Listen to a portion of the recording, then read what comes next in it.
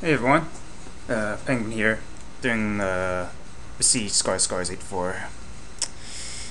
Right, so this pack, if you, well, it pretty much just two really major picks. There's a Painguin Marauder, who's a big dude, as well as allowing you to gain life. And then there's Main Crusader. Mirror Crusader, if we pick it, pretty much locks us into white. But a double striker 2/2 for 3 with two relatively nice protections is good enough for me. Definitely great against infect. But still, on its own, it's fares pretty well, especially if you can put some equipment on. Yeah.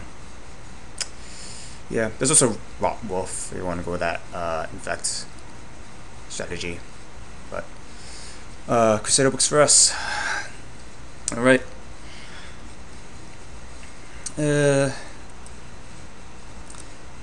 Turbine is okay, but well, I think there are better picks here. So, if you want to stick on our colors, Priest of Norn is a fine defensive creature, and Gore Vassal, even though it's a pretty much a more expensive fume spitter, it still works out pretty well. I'm kind of tempted to actually take the Peace Strider. Spin Engine is also good, but kind of we need to after that. Well, it's not as powerful as Pierce Strider. It helps when you're playing against other traditional decks. Keeps your life total up. Especially if you're going to white, there's a lot of bounce effects, like the Glinthawk Idols and Glimmer Point Stags. So, you could potentially abuse that. So, yeah, that's what I want to pick. Okay. Breeding Claw is good. It's very nice equipment. There's also a Relic Warder though, which can be pretty powerful. It's a pseudo removal. I think we're gonna choose it anyways though. It'll help us cut white, and which could pay off once you get to the second and third packs. And like I said, I mean, sometimes they just kill it, get the artifact enchantment back, but sometimes, you know, at least it'll give you a few turns. 2/2 for 2 is fine, though a little mana intensive, but it works for us. There's some infect dudes, some green stuff. Not much else. Okay. Well, the strongest card I think is Morbid Plunder. Well, Morbid Plunder is a nice card, but it's consideration. I think though, if you were gonna cut white, then I'd have to go with the Leonin Sky Hunter and start going kind of aggressive. 2/2 in the air. You're good, and then second to packs we can pick up Sky Guards, Glinthawk Idols. That seems like a pretty good consideration. There's also Ichor Wellspring, which will be alright if we are going to look forward towards like bouncing or blinking permanence, which white could do a pretty good job of. But I think what I'm going to try to do now is kind of be aggressive here. See how well that works. It doesn't always work out, but it's a consideration. So here there's a Master's Call, Meosire, Gusskimmer. I think it's between Gusskimmer and Master's Call. If you're gonna do Gusskimmer though, we have to start moving to white-blue, which would be okay, especially if you're gonna go with the kind of the more evasive route. I mean, Master's Call is really pushes a little more towards Metalcraft. We can pick up some galvanizers, it'll be alright. I do like the white-blue plan though. I'm not sure it works as well as in this set as, say, like M11. But even without blue, this guy's a pretty fairly aggressive creature, so he's okay. Alright. I'll pick up another Relic Warder. Works for me. There's another Tango Hulk. But we already passed some good green cards, so I have a feeling that we might get cut the later packs. Or the second pack. Although there's a Mirren Spy. But Relic Warder is good.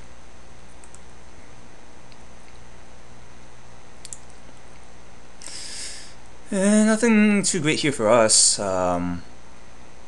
There's a Digester, if I want to sideboard in against Infect. And there's Hexblade Golem as a kind of a big dude. And I think I'd rather just do a big dude. Yeah. I'm going to consider kind of ideas of Infect, traditional Infect colors. So there's Razorfield Rhino, but we're not quite too sure we're going Metalcraft, and even then, I don't feel it's too impressive. I mean, I haven't really played around with it too much, but it's kind of expensive compared to the Chrome Steeds and the Snapsail Gliders. I'm just going to take a Steel Sabotage. If we might be going to blue, then it's a fine utility card, either countering or bouncing.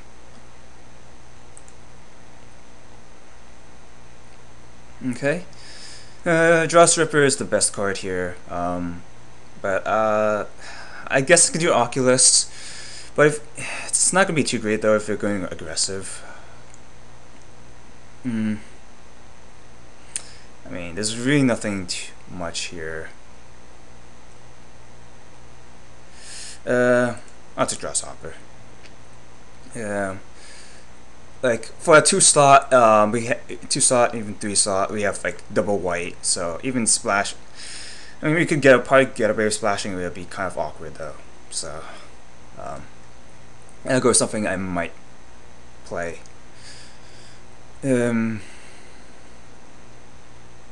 Nothing here.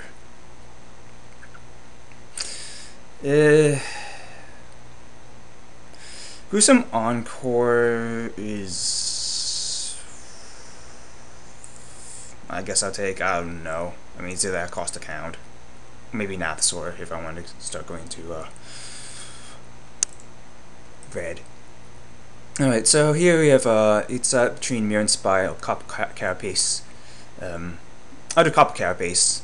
If you're gonna go aggressive, then it fits definitely in our curve. You can drop it, and then one of our 2 dudes, and then equip and start swinging in.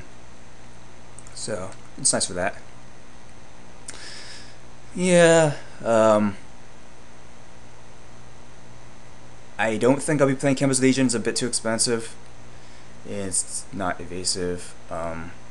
I don't really like any of these cards, so I guess I'll just take the counter.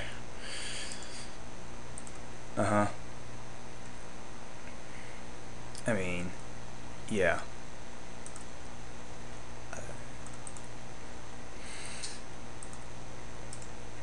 So we have a pretty interesting deck. Yeah. Don't have any removal necessarily, but we have some fairly solid, fairly solid creatures.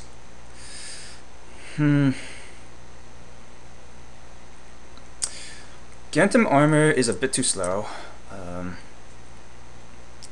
There's Slice and Twain Sivok Replica, but we did pass some fairly nice green cards, so Flight Spellbomb, Snapsail Glider, 3, 4, 5 artifacts, Silver Mirror. Can we go Metalcraft?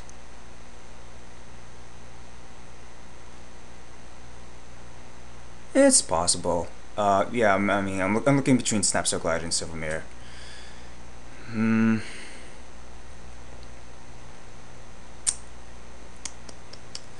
Actually, could we splash for replica?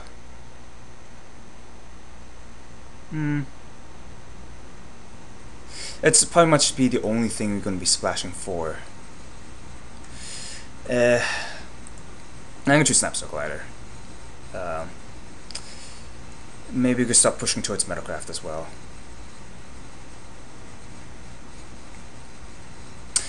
Tempered Steel, oh, and double arc trails. That's not gonna be fun for me.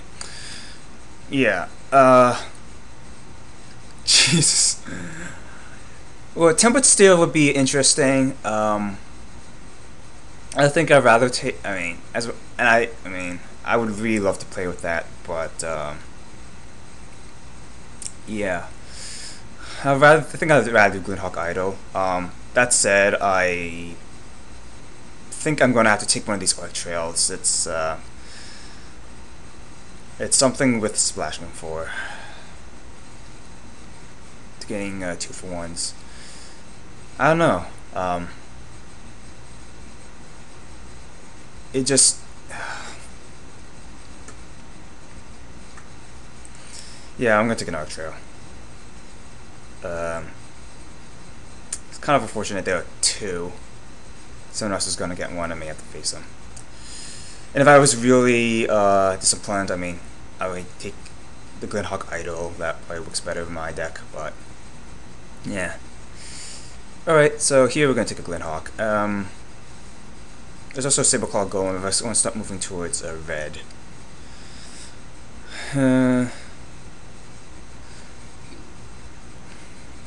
Flight Spell Bomb if I still want to stick in blue, but Glynhawk Idol works.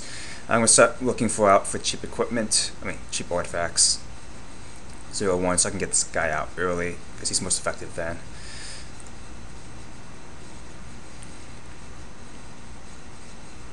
See, so like, there's the Midnight, there's also a Quarter Shield. I mean, between those two, I think I'd rather do Memnite. What does a Quarter Shield do? Well, my flying creatures gain vigilance and are harder to kill. But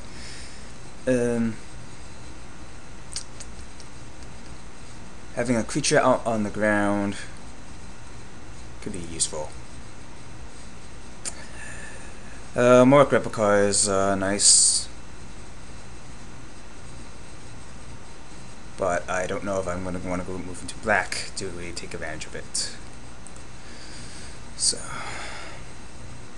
alright, there's an Embersmith, but I'm feeling I'm not going to see too much red. And we don't have enough artifacts quite. Sunspirit Shikari, we have the Copper Carapace. That is all. Culling Dust.